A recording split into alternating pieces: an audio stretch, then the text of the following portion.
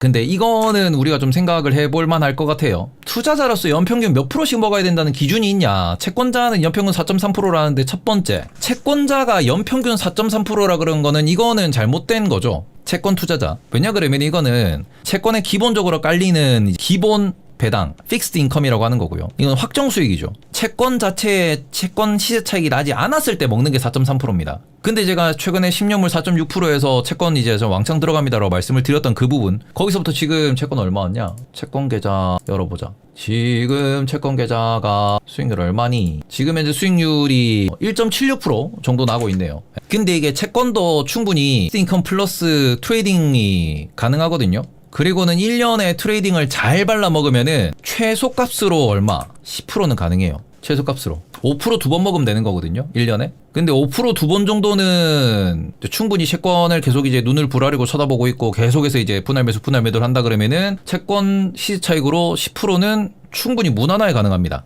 그리고 여기서 플러스로 채권 투자만 하는 누구? 은행이라든지 아니면은 보험회사 같은 경우에는 여기에 뭘 씁니까? 레버리지를 써요. 그래서 보험회사 같은 경우에 레버리지가 얼마? 한 2.7에서 한 3.5 얘기 나오더라고요. 그만큼 이제 회전을 더 시키는 거예요. 일단 3회 정도를 레버리지 3배 정도를 쓴다라고 하면은, 이러면은 물론 이게 다 매수 매도로 연결되는 건 아니고 레버리지 3배는 어디로 가는 겁니까? 요거 레버리지 3배 가는 거예요. 4.3%를 3바퀴 돌린다는 소리예요. 물론 3바퀴가 4.3% 더하기 얼마? 4.3%로 들어오는 게 아니지. 담보 대출로 들어가는 거기 때문에 얘가 얼마? 뭐 0.5%에서 1%? 이 정도 나와요. 이렇게 나온다고. 그래서 얼마? 채권 투자가 물론 기준금리에 따라 달라질 수 있겠지만 기본적으로 팔지 않고 트레이딩 하지 않고도 얼마? 5% 정도 깔고 가고요. 여기에 트레이딩으로 얼마? 이렇게 깔고 가는 거거든요. 왔다 갔다 왔다 갔다. 그래서 채권 투자를 한다고 하더라도 기본적으로 이 퍼센트를 픽스 인컴, 은행 예금 이자처럼 저것만 먹고 들어가는 게 아닙니다. 그래서 기본적으로 5%, 6%, 7% 이렇게까지 끌어올리는 게 어찌 보면은 포트폴리오 구축이라고 볼 수 있는 대목이고, 거기서 또 채권을 트레이딩 영역으로 또 이렇게 들어가는 경우도 있고, 그래서 이런 애들은 레버리지 쓰면서 배당 늘리면서 트레이딩을 뭘로 해? 그래서 애들이 이런 걸로 하는 거예요. 트레이딩을. 개인 투자자가 하는 ETF 상품이 아니라고, 채권만 전문적으로 조 단위로 굴리는 애들이 TMF에 1억, 2억, 10억씩 때려박아가지고 거기서 이제 단기로 이렇게 차익을 실현한다고요.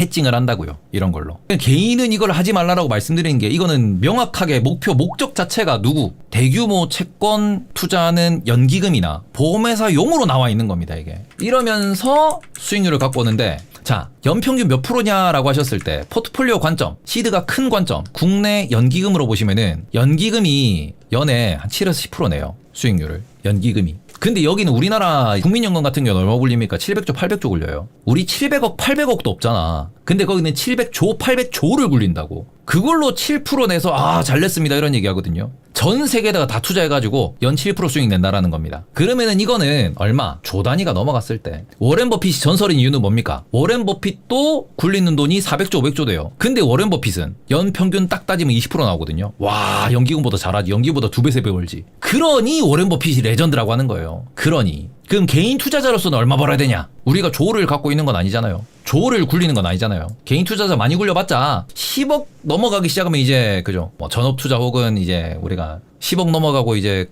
건물주 되고 100억 넘어가면은 슈퍼개미 얘기하죠. 그런 사람들 기준으로 보시면은 진짜 우리가 슈퍼개미라고 부르는 분들은 얼마? 연에 한 20% 정도? 15에서 20% 정도? 샀다 팔았다 큰 종목들을 이렇게 해가지고. 근데 우리는 슈퍼개미가 아니잖아. 우리는 뭐예요? 일개미잖아. 일개미 기준으로는 얼마? 이 정도 벌어야 된다고요. 이 정도 벌 수 있다고요. 매수 매도의 디테일을 살리면은 1년에 이 정도씩 벌면은 진짜 잘 번다라고 하는 거고요. 왜 이렇게 말씀드리냐 그러면은 말 그대로 그냥 요 중간에 있는 지수 투자만 장기, 지수 추종 투자만 장기로 하면 얼마? 연에 평균 한 10에서 한 12% 나와요. 지수 추정만 하면. 근데 연기금은 그럼 왜 지수 추정 안 합니까? 왜 애들은 채권 썼고 뭐 썼고 해가지고 수익률이 더 낮아요? 라고 할 수 있는데 지수는 어떻게 돼요? 가끔씩 복병이 나오지. 2022년처럼 1년에 이렇게 터지는 경우가 있거든. 이렇게 박살나는 때가 있단 말이야. 20% 25%씩 개박살날 때가 있단 말이야. 항상 말씀드리는 게 정답은 정해져 있다. 무엇? 지수 투자만 계속 우리가 그냥 큐큐큐만 계속 모으면은 큐큐큐가 됐든 뭐 속스는 좀 그렇고 뭐 이제 VO 그 제가 미스코리아 강연 갔을 때 미스코리아 한 분이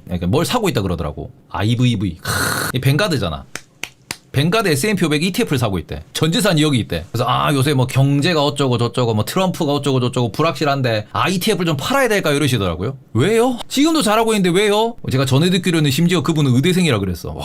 근데 이쪽은 그냥 말 그대로 우리가 더 본업에 충실하고 현생에 충실하고 그 상태에서 이제 이거를 계속 모으시는 게 일반 개인 투자자의 어찌 보면은 제일 효과적인 투자라고 볼 수 있는 거고요. 여기서 시드가 충분히 모이고 어찌 보면은 내가 그냥 매수 매도를 반복했을 때 나의 그 노동 수익, 나의 그 근로 수익, 근로 소득보다 좀 더 어찌 보면은 이제 큰 이득을 볼 수 있다 싶을 때 이제 이렇게 올라가기 위해서 열심히 일도 하면서 매수 매도 기업 공부하면서 수익률을 이제 끌어올려야죠. 그러나 이제 정말로 내가 이제 진짜 이제 몇십억 몇백억까지 올라가면은 그러면 자연스럽게 수익률이 떨어져요. 한 100억 200억 들고 엔비디아 빡 때리고 막 테슬라 빡 때리고 이랬을 때 한 번 잘못 물려가지고 쳐맞으면 얼마? 10억씩 깎이거든? 야 우리가 그 200억 300억 들고 NVDL, TSLL 한 번 박살나면 10억이 날아가는 거야. 한 번 박살나면 뭐 람보르기니가 날아가는 거라고. 그러면 그렇게 못해요 그때 되면. 그러면 어떻게 돼? 수익률이 내려오는 겁니다. 이렇게 내려오는 거예요. 그래서 연평균 몇 프로 정도 벌어야 되냐? 저는 목표는 20%입니다. 러프하게 20%씩은 벌자. 그러고는 실제로는 20% 이상 벌어야지. 25% 30% 벌어야지. 운 좋으면 40%씩 벌어야지. 그래야지 어찌 보면은 지수 투자보다 훨씬 더 플러스가 나는 겁니다. 심지어 최근 2, 3년 동안 지수는 20%씩 올라왔어. 이게 아니야. 평균을 말씀드리지만 최근에 나스닥 올라온 거 보면 작년 재작년 봐봐요. 20%에서 25%씩 올라왔다고. 나스닥 자체가 그냥 엠만치 해도 못 따라갔어. 근데 이거를 긴 시계열로 이제 뭐 10년 평균으로 놓고 보시면은 지수가 한 10에서 12% 올라가더라. 그럼 이렇게 올라오는 이 부분을 결국에는 지수 투자보다 내가 돈을 더 벌기 위해서. 그러니까 지수 투자는 이거는 내가 그냥 계속 현생하면서 월급 받고 월급 반씩 그냥 큐큐큐에 때려 받겠다. 아무 생각 없이 해도 할 수 있는 거거든요, 이거는. 근데 거기서 내가 이거를 이제 뭐 큐큐큐가 됐든 뭐가 됐든 매수 매도 하면서 비중 조절하면서 그러면서 내가 이 투자 저 투자 이 종목 저 종목 이제 집중 투자를 시작하면은 그러면은 이제 요 다음 단계가 일개미 단계가 된다. 요렇게 보셨으면 좋겠습니다. 와 20% 어케 먹어 그러는데 뭐 어떻게 먹어? 기다리는 거지. 어떤 거? 이런 거 기다리는 거지. 어디 갔노? 이런 거 기다리는 거 아니에요, 이런 거. 그래서 여기서 100달러 근처에서 얘기했잖아. 110달러 100달러 삽니다. 그때 샀습니다 했던 게 지금 올라오면서 이제 매도를 하니까 올해 엔비디아만 투자한 걸로도 이제 수익이 계좌 수익이 거진 10% 정도 올라왔던데 엔비디아만 갖고도 이런 것도 있어야 돼요. 하이닉스 봐봐요 지금. 덕분에 뭐 지금 KB도 그렇고 하나도 그렇고 이제 올 초에 막 이렇게 올라와가지고 적어도 먹은 게 이제 막 30%씩 먹었으니까 계좌 수익률이 빡빡빡 올라오거든. 그런 타이밍을 잘 재고 이제 분할 매수를 잘 해가지고 그러니까 물 타면서 버텨도 조금만 올라도 털어버린다라고 하시는데 그거를 이악 물고 버틸 줄 알아야 된다니까. 그거를. 그런 것들이 이제 쌓이고 경험치로 쌓이고 하면서 수익률이 점점 올라가는 거거든요. 그런 부분에서. 가서 방금 전에 아까 TSMC도 얼마?